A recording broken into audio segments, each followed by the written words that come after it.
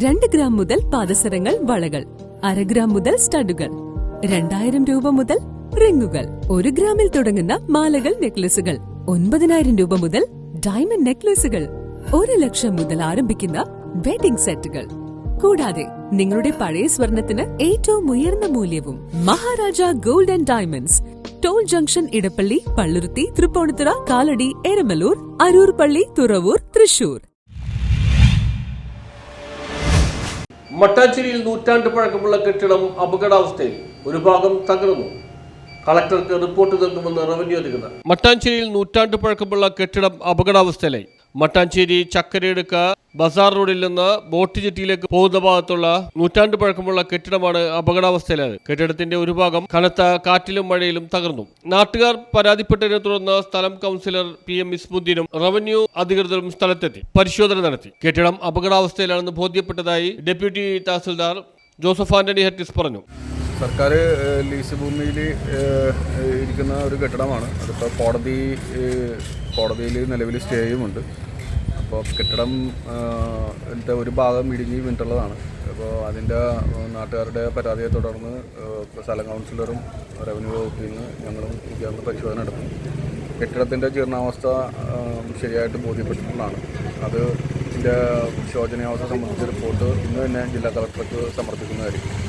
കോടതി ഈ ഭൂമി സംബന്ധിച്ചുള്ള അവകാശവാദം സർക്കാരും സ്വകാര്യ തമ്മിൽ ന്യായം നിലനിൽക്കുന്നതിൻ്റെ ഒരു സാങ്കേതികത്വം ഇതിനകത്തുണ്ട്.